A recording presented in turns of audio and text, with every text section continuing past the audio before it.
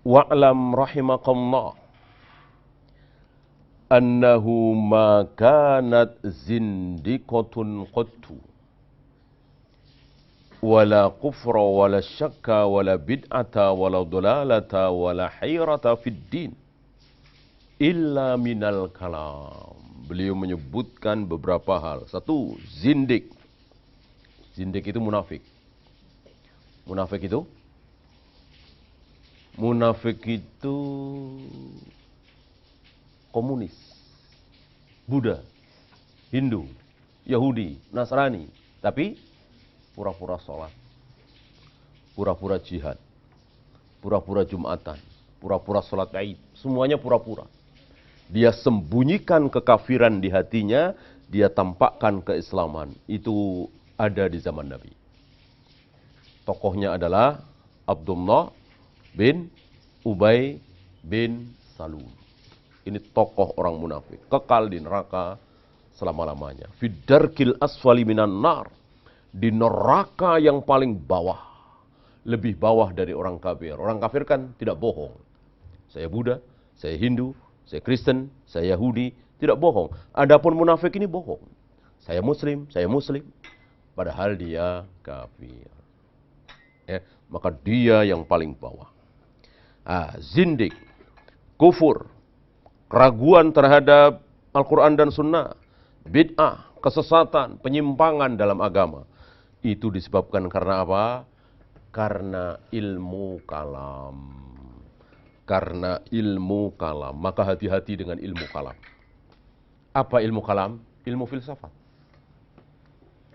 Ilmu yang dengan ilmu itu orang akan menjadi sesat. Kenapa? Karena ilmu filsafat ini tidak berdasarkan dalil sama sekali. Enggak pakai dalil. Yang dipakai ra'yu, akal, nurani. Akal, terus nurani dari dirinya. Enggak ada ayat, enggak ada hadis. Kalau toh ada ayat, ada hadis, itu untuk mendukung akalnya. Kalau bertentangan dengan akalnya, tolak. Ini filsafat. Kejadian pada diri Imam Ahmad yang sering kita bahas, beliau dipenjara hampir 30 bulan. Ini gara-gara ini. Gara-gara filsafat ini. Ilmu kalam. Ilmu yang ngotak-ngatik. Wahyu enggak ada ngotak-ngatik. Babi haram. Selesai. Enggak dikotak-katik. Kenapa babi haram? Ya. Zina haram. Selesai. Bangkai haram. Hurrimat alaikumul maitatu. Diharamkan kepada kalian bangkai. Selesai. Jadi. Ilmu. Enggak ada. Apa bedanya bangkai dengan yang bukan bangkai? Kan sama-sama hewan yang sudah mati. Yang satu disembelih. Yang satu dicekik. Apa bedanya? Yang satu disembelih, yang satu distrom. Yang satu disembelih, yang satu mati dengan sendirinya. Dan sama-sama 5 menit. Ayam ini disembelih 5 menit yang lalu. Ayam yang ini mati dengan sendirinya. Atau terjatuh, atau tenggelam. Mati 5 menit yang lalu. Yang ini halal, yang ini haram. Kenapa? Wallahu a'lam. Yang jelas ini bangkai haram. Selesai kan ilmu kan? Filsafat tidak. Apa yang sudah matang, apa yang sudah jadi, apa yang sudah selesai, diulang lagi, dipertanyakan lagi, dikorek-korek lagi, dibahas lagi. Itulah filsafat. Maka ilmu filsafat itu yang berpikir, padahal udah jadi, udah ketemu. Kecuali belum ketemu, bagus. Memang awalnya filsafat itu untuk dunia. Dunia kan belum ketemu. Ya, itu capung kenapa bisa terbang? Oh, barangkali karena ada sayapnya. Coba seandainya manusia diberi semacam sayap seperti itu. Terus dipikir, akhirnya jadilah helikopter misalnya. Itu bagus. Itu bagus dan memang filsafat untuk ke situ. Nah, akhirnya filsafat ini keluar dari batasnya. Berpikir, ngutak-ngatik, Kenapa jumroh mesti dilempar? Kenapa Hajar Aswad mesti dicium? Kenapa zina itu haram? Kenapa beras 5 kilo ditukar beras 3 kilo? Nggak boleh. Padahal sama-sama mau, sama-sama suka. Yang punya beras 5 kilo pengen beras yang lebih bagus, 3 kilo nggak apa-apa. Yang punya beras 3 kilo pengen beras yang lebih banyak, anaknya banyak, walaupun kurang bagus, suka sama suka. Nggak boleh, riba. Nah, itu diotak-atik oleh kaum filsafat. Nah, mulailah kesesatan Islam berangkat dari situ. Diotak-atik terus.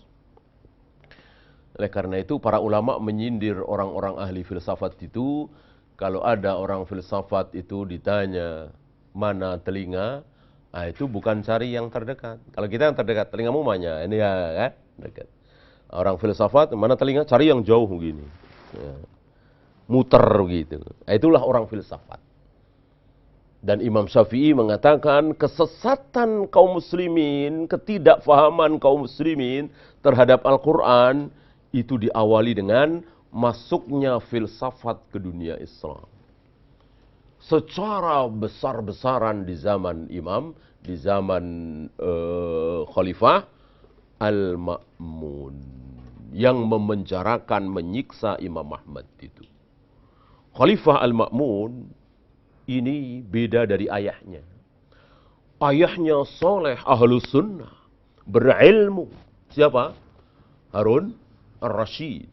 Harun Ar-Rasyid adalah khalifah terakhir yang bermanhaj ahlus sunnah as-salaf. Khalifah pertama Abu Bakar, kemudian Umar, Utsman, Ali, Muawiyah, Yazid, terus sampai Umar bin Abdul Aziz, sampai Harun Ar-Rasyid, tidak ada satupun yang Mu'tazilah. Tidak ada satupun yang Khawarij. Tidak ada satupun yang Asy'ariyah, tidak ada satupun yang Ahlul Kalam. Semuanya Ahlus Sunnah, Salaf. Dengan kadar mereka masing-masing, keilmuan mereka masing-masing. Tapi semuanya sama, Ahlus Sunnah. Semua mengikuti Rasul dan para sahabat. Nah, Al-Ma'mun ini khalifah pertama yang menyimpang dari Ahlus Sunnah. Bukan keluar dari Islam, bukan. Keluar dari Ahlus Sunnah. Bukan salaf lagi. Beda dengan ayahnya. Khalifah Al-Ma'mun ini soleh memang.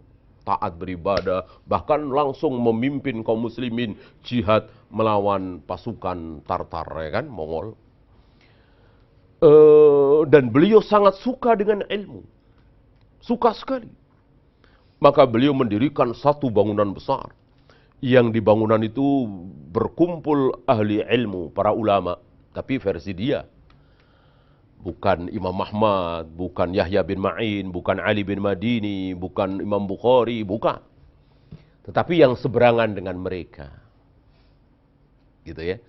Kalau kata kita sekarang ya bukan umumnya ustaz-ustaz Ahlus Sunnah, tapi orang-orang liberal misalnya. Karena antum tahu hari ini kan ada petanya, mana ustaz-ustaz tokoh-tokoh yang Ahlus Sunnah, mana yang liberal, mana yang Khawarij. Begitu juga hari itu terpecah menjadi dua kelompok. Satu kelompoknya Imam Ahmad dan teman-temannya, ini Ahlus Sunnah mengikuti Rasul dan para sahabat.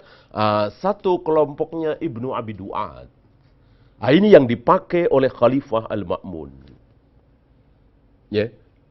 Di satu bangunan besar yang disebut dengan Baitul Hikmah.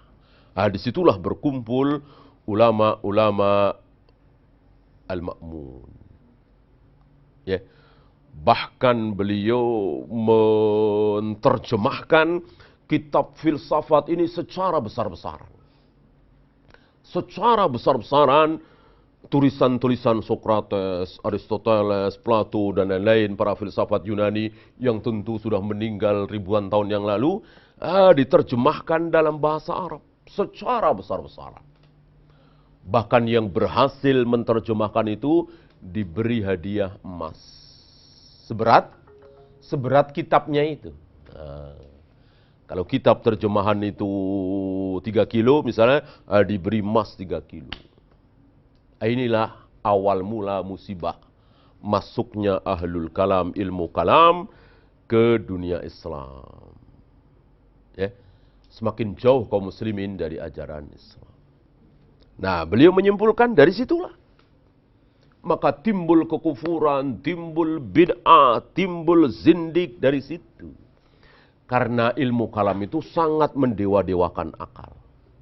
Mau ayat, mau hadis, mau sabda Nabi, mau firman Allah, kalau bertentangan dengan akal, tolak.